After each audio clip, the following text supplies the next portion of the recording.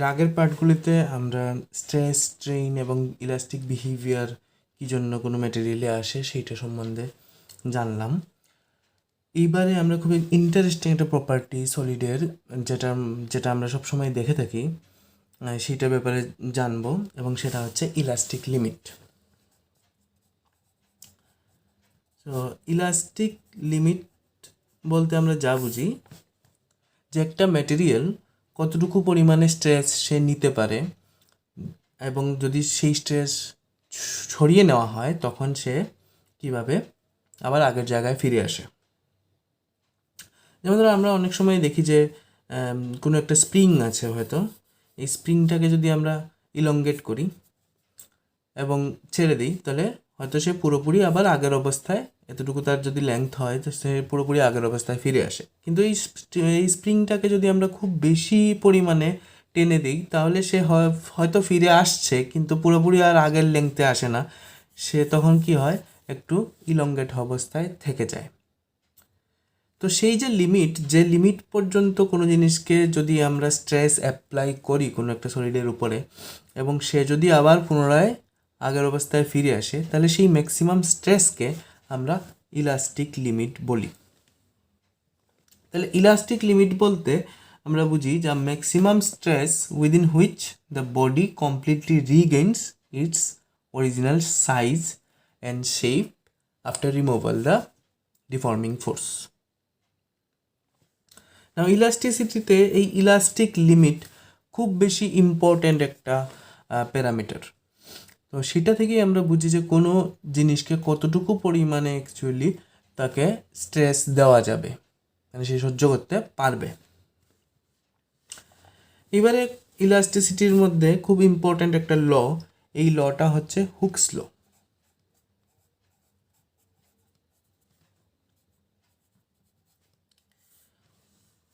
Hooks ল খুবই সহজ একটা ল।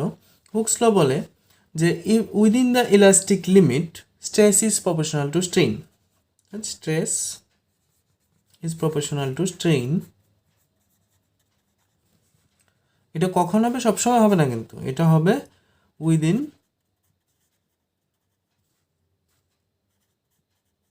Elastic limit. তো ইলাস্টিক লিমিটের মধ্যে যদি কোনো জিনিস থাকে, অর্থাৎ তাকে খুব বেশি স্ট্রেস দেওয়া হচ্ছে না, লিমিটের মধ্যেই আছে, এবং ঠিক তখন স্ট্রেস যা অ্যাপ্লাই করা হবে সেটা স্ট্রেইনের প্রপোর্শনাল। তো এই অবস্থা থেকে যদি আমরা দেখি যে উইদিন ইলাস্টিক লিমিট, আমরা যদি stress by strain curve draw করি, তাহলে আমি এদিকে স্ট্রেস, এদিকে স্ট্রেইন, তাহলে এই কার্ভটা হবে লিনিয়ার কার্ভ, যেটা কিনা অরিজিন দিয়ে যাচ্ছে। So this is the Hooke's law.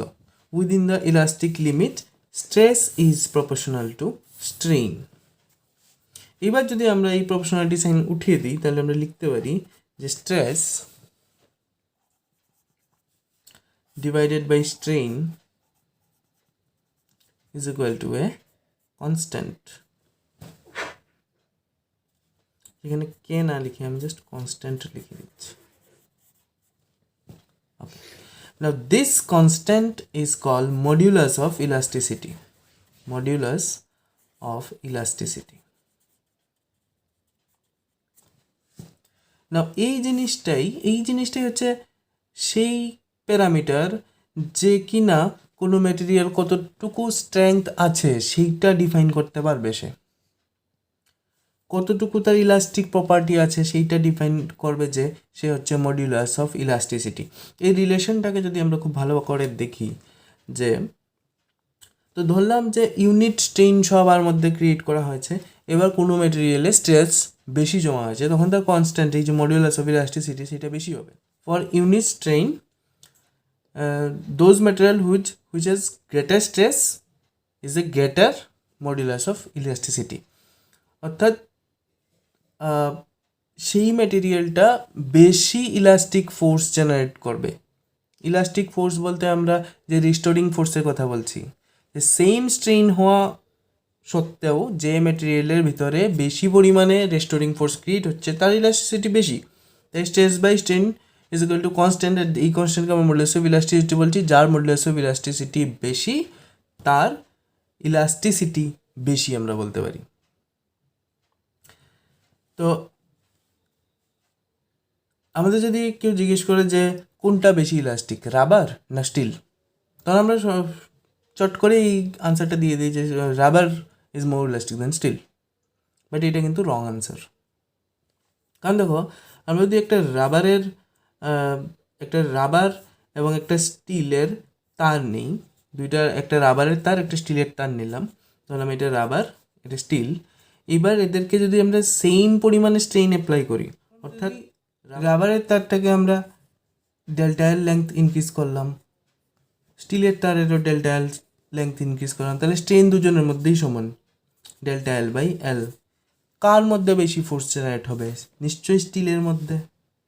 The restoring force generated in steel will be greater. তার মানে হচ্ছে steel is more elastic than rubber. তো এই কথাটা কিন্তু আমাদের মনে রাখতে হবে। এই কোয়েশ্চেনটাও খুব ইম্পর্টেন্ট, অনেক সময় পরীক্ষায় আসে যে which one is more elastic, steel or rubber. আচ্ছা, এবার আমরা যদি আরেকটু দেখি যে stress by strain is equal to constant, কিন্তু আমরা 3 ধরনের স্ট্রেস এবং 3 ধরনের স্ট্রেইনকে কিন্তু পেয়ে এসেছি। এখন যদি এরকম হয় যে longitudinal stress by longitudinal strain, তাহলে যে কনস্ট্যান্টটা আমরা পাবো সেইটাকে আমরা ওয়াই দিয়ে ডিনোট করি এবং এটার নাম হচ্ছে Young's modulus.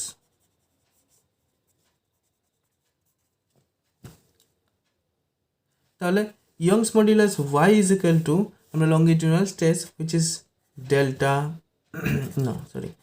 which is F by A and strain which is delta L divided by L, অর্থাৎ আমরা এরকম লিখতে পাচ্ছি যে F by A into L delta L. So this is the Young's modulus.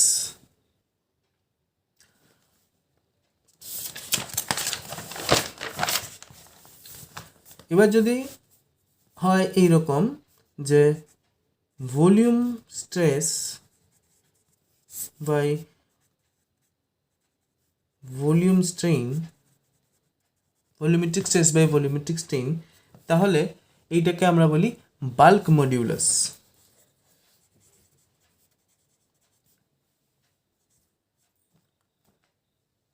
এবং তাকে ডিনোট করা হয় অনেক সময় কে, অনেক সময় কাপ্পা দিয়ে। So bulk modulus kappa. তাহলে bulk modulus equal to volume stress, এটা হচ্ছে এফ বাই এ, স্ট্রেসের ফর্মুলা কোনো সময় চেঞ্জ হয় না, আর এখানে হবে delta V divided by V. So F by A V delta V.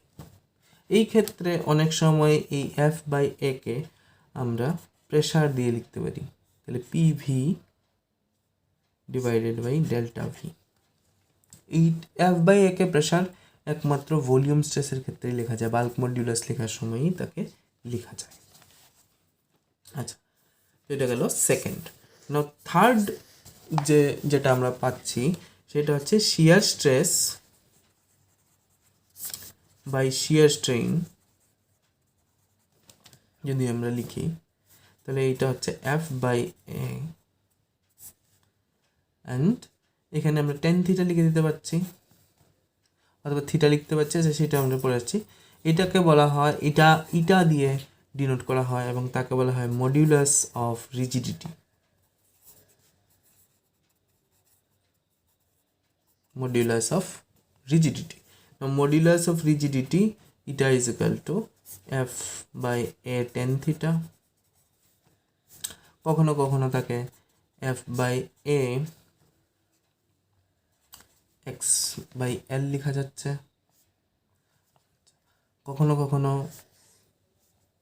তাকে এফ বাই এ যখন থিটা খুব স্মল হচ্ছে, এক্স এবং এল যখন খুব স্মল, এক্স যখন খুব স্মল তখন তাকে F divided by A theta এরকম করেও লেখা যাচ্ছে।